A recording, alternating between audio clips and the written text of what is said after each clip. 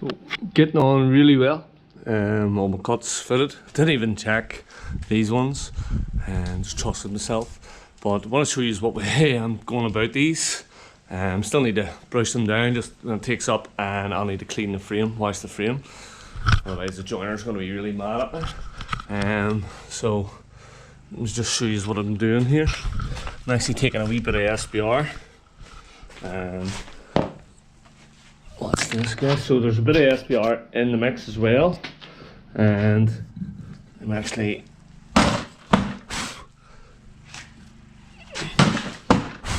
so I've already scored them all up, any bits that are cut, and what I do is just give them a wee taste. Don't even need to get them 100%, you know. And one brush full, hit them. But then what I'm doing as well is I'm hitting the underside of the concrete heads, especially that smooth one. But just giving them a wee dust, the sides and the top of the frame, just whatever's left on the brush, just a wee taste of stuff. And then I'll show you here shortly. I like these watches, but I coat the top of it, I coat the bottom, more drop the sides, put a wee drop that, get it squished up, and then just really press the stuff in. I'm trying to make this stuff pressed in as far as possible so that it's a full bed. It's not supporting anything, but it's just more of a movement. More of a movement idea. When the door closes, I don't want vibrations cracking loose motor joints.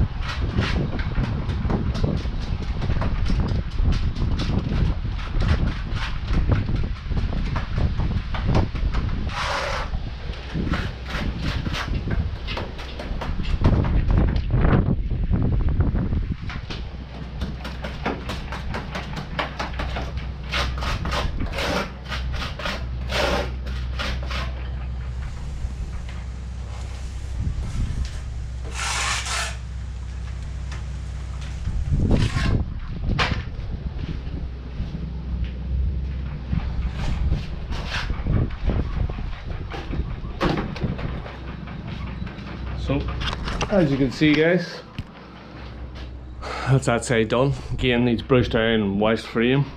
But before I go, I always do the back side as well. This one's a wee bit heavier, but I'm not going to mess about with it too much because I've bedded it in. Nice, you see the stuff starting to push out through, which is good. It's exactly what I want. I want to press the stuff in, make sure there's as much mortar in it as possible. Should be good and solid. Again, arches aren't going to be quite that big, but there might be a couple of wee details above some of the doors. Haven't fully decided yet, but now I gotta cut these three.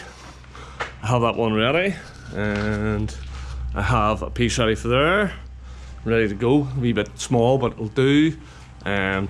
Need two cut for there and 4 in here, and that's another wee job ticked off the box. Again, we were going to do this with wood, build it up with wood, but we voted against it in the end and thought keep the material roughly the same. But my plan will be, I most likely I might put wire mesh on, and then put a scratch coat or a scud coat on, and then put the fiberglass mesh on the heads. So most likely we'll do something like that along all heads, because more so than cracking here, it's notorious for cracking, you know, at a door somewhere there, and same as a window, it's notorious for cracking here, and again here, and same as exterior doors. It's just, I think it's the difference between the concrete block and the breeze block, just slightly, they're the same material but slightly different. One's a bit colder, one's a bit more solid, and so you've got differences going on with keys and temperatures slightly. So that's, and then you also have the vibration of the door, the window, and the building moving. That's just a weak point. So yeah, not a big deal if it does crack. I think I know a plasterer might be able to fill them in and tidy them up again, pre-decoration. Right guys, so that's, I'm probably going to wrap up here. Might build one slip sill out the back. Don't know. Might make a wee bracket up. I'll show you what I'm thinking anyway. But as for all these door frames, they're all built in. That one too. That one too. That one too. And I think I showed you all these ones. These ones have all been washed. So the only thing left to do here is a wee quick wash, and I'll do a wee quick brush up. You get a hard brush because the soft brush isn't moving the wee bits. Not that it's a big job or anything, but just to keep on top of it. But this was the idea here of the slip sill. There's the time capsule in there. But what I was thinking is, so that's my level, the bottom of them two frames. So I was thinking laser level over and nailing the bottom on, and nailing the bottom on to the reveals here. Obviously put the sill in first, and then just prop the sill up or something, prop it up, or maybe even at them two edges.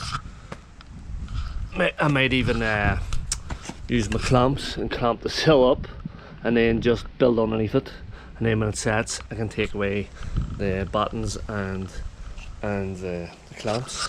It was just a thought, because the front one was a bit of a nightmare trying to move it up and stop it dropping in the mortar. So I was thinking if I could just sort of have two wee bits of buttons on and clamp it up into them some way, and then just build underneath, and I can point it really good that road. And then if that works, I'll do the exact same with this one as well. And then the gauge one's not a big deal because it's finished floor over there anyway, but I'll probably put a slip sill in all the same, just to finish it off. But for now, that's, I think I'm just going to clean up here, pack up. It's probably about 3:30 here at the minute, so I've done quite a bit of work, a lot of cutting, and that's just, obviously that I didn't expect them to be quite so big. I thought there'd only be maybe 3 inches and I could have just filled them in with plaster mortar, but they're on the most, they're about 4.25, 4.5. I think some are maybe 5, but anyway, not too bad. It's just another thing ticked off the list. And the frames are in, guys. Glad to show you that. Also, the other thing about the frames is he's overkilled it here. 1, 2, 3, 4, 5.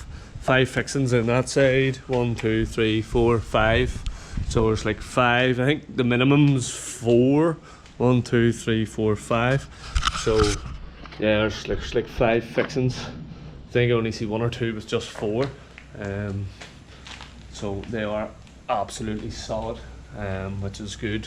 Want to overkill everything, especially when it comes to doors. You don't want to close the door and the whole frame falls off, or the vibration knocks the plaster and everything off. So absolutely solid. They're coming in. The finesse on them frames has been unreal, and the straight they are, the level.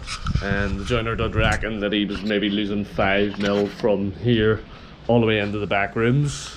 He's probably being hard on himself. It's probably only 1.5 mil or 1/5 of a mil. But they're really coming in sweet. Again, another video, guys, down the lane, way down the lane, insulation and screed, and DPM as well, damp proof membrane plastic. And then so there'll be lots of videos on that to come. I'm not going to be able to do this all in one day, this screeding.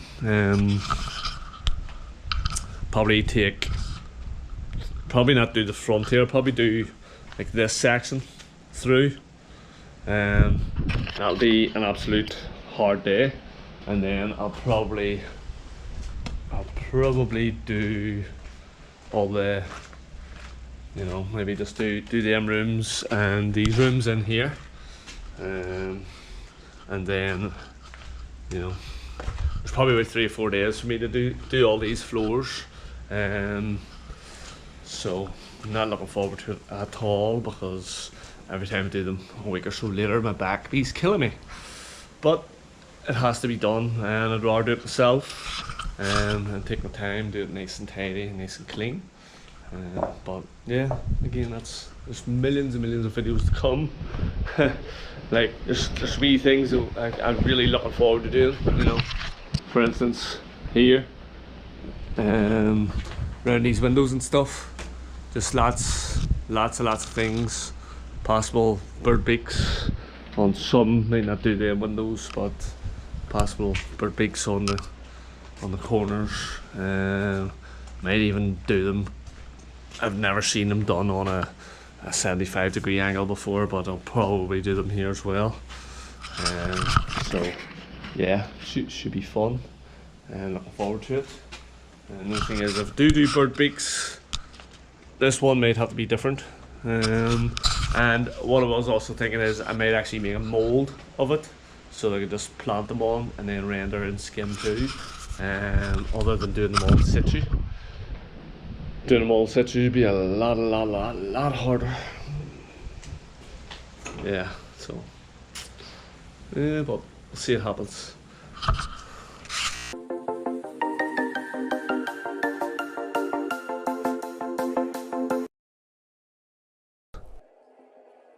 What we doing live? Echoes in eternity.